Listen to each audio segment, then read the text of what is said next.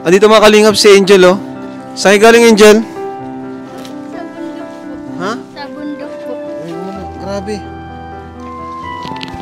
Ano, baba mo muna. Dito muna kayo, Toy. Ay, mga kalingap. Magkakasama sila, oh. Ano to, ba't? Grabe, nakakabilib ka, Angel, ah. Ano yan, uling? Iya pa.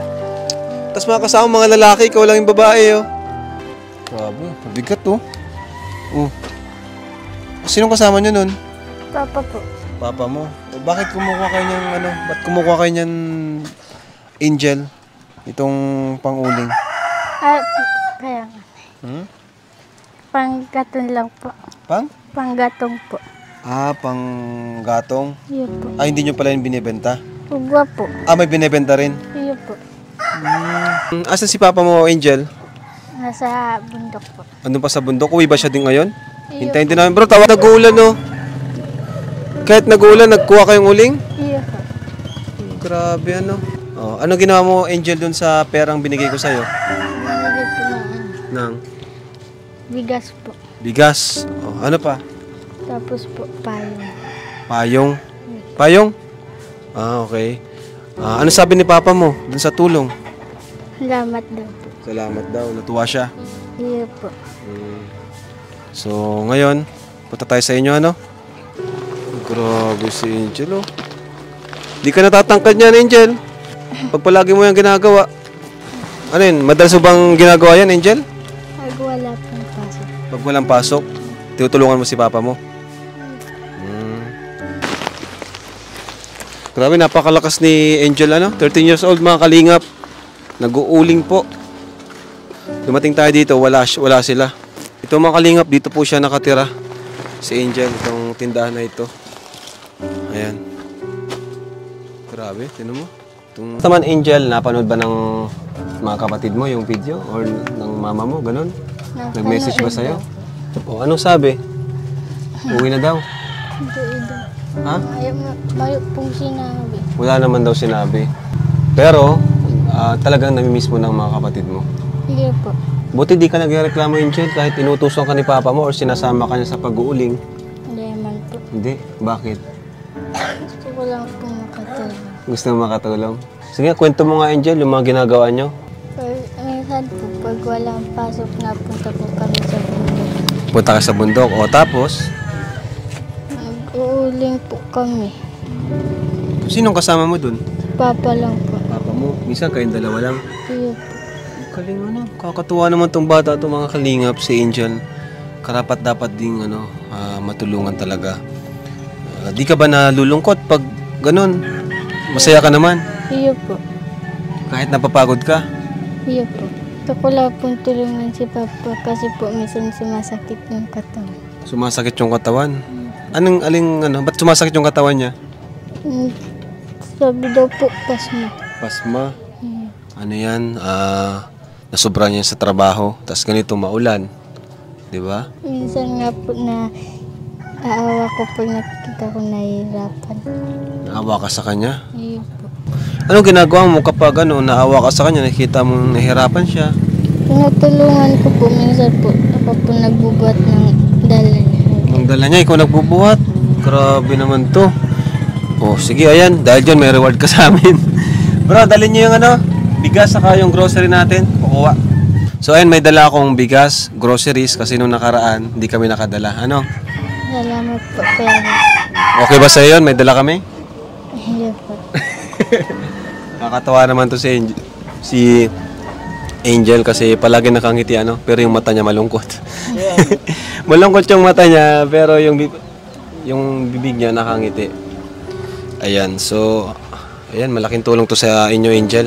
So, ito, Angel, dala ni Kuya Nico, Kalingap Nico. Saka bigas. O, yung bigas, Kuya, ipasok mo sa bahay, Kuya, Kuya Red Zane. Pasok mo po sa bahay niya. Ayan, dyan mo na lang. Yun. Magandang gabi mga kaagapay, mga kalingap. Ayan, muli na naman tayong nagbabalik. At syempre, yun, gagawin po natin ng komento o reaction yung napanood po natin na video po ni Kalingap Rab. Sa mga hindi po nakapanood po ng kabuuan ng video, ilalagay ko na lang po sa description po ng ating video ang link para mapanood niyo po ng mabilisan or mahanap niyo po kaagad.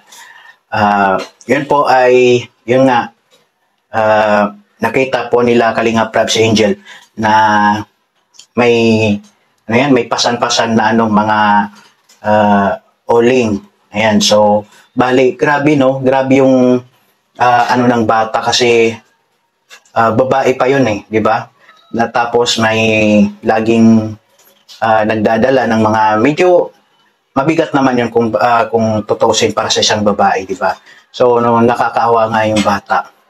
Ngayon, yung tatay nila ay may sakit din. So, ang mahirap din isipin na may ganong kalagayan po yung kanilang tatay. So, kumbaga, kailangan talaga na kumakayod din sila. Ayaw man natin makita, pero ganun talaga yung buhay nila. Mahirap. Nakakalungkot lang kasi babae po si Angel and hindi po lahat ng bata or mga tao ay ganun din yung sitwasyon. Sa kalagayan po niya, napakahirap para sa isang batang babae na ganun yung trabaho na kahit umuulan, pumunta sila sa bundok para manguha ng kahoy, gawing uling, di ba? Napakahirap. Yung oras na imbes na naglalaro na lang si Angel, kasi sa totoo lang yung mga ganyang bata, walang mga responsibilidad yan dapat na ginagawa sa buhay, kundi mag-aral lang at saka maglaro. Pero dahil na sa hirap ng kanilang buhay, may sakit din yung magulang niya, di ba? So, kailangan din niyang gawin yun para din po kumita. Ayan. So, mahirap po sa sitwasyon po ng ganun. So, para sa akin, isa din po, kumbaga, deserve din niya matulungan. At syempre, thank you po kay Kalinga Prab kasi nga may dala po siyang bigas at mga grocery po para sa kanila. So, habang nagkukwento yung bata, ramdam mo talaga yung hirap na pinagdadaanan niya. Kung gusto lang niyang kung bibigyan lang siya ng pagkakataon maging mapaglaro, mas gusto niya siguro maglaro. Pero yun nga, dahil nga sa hirap ng kanilang buhay, ay kumbaga, siya din mismo yung gumagawa ng paraan na makatulong, mabuhay din po sila.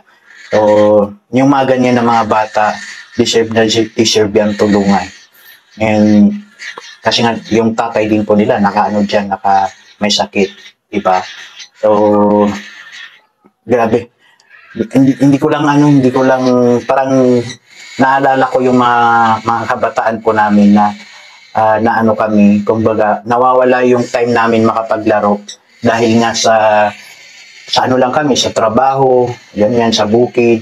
So, walang time na kahit na gustong-gusto mong maglaro, di ba? Wala. Kasi kailangan, nandun ka, tumutulong ka sa bukid.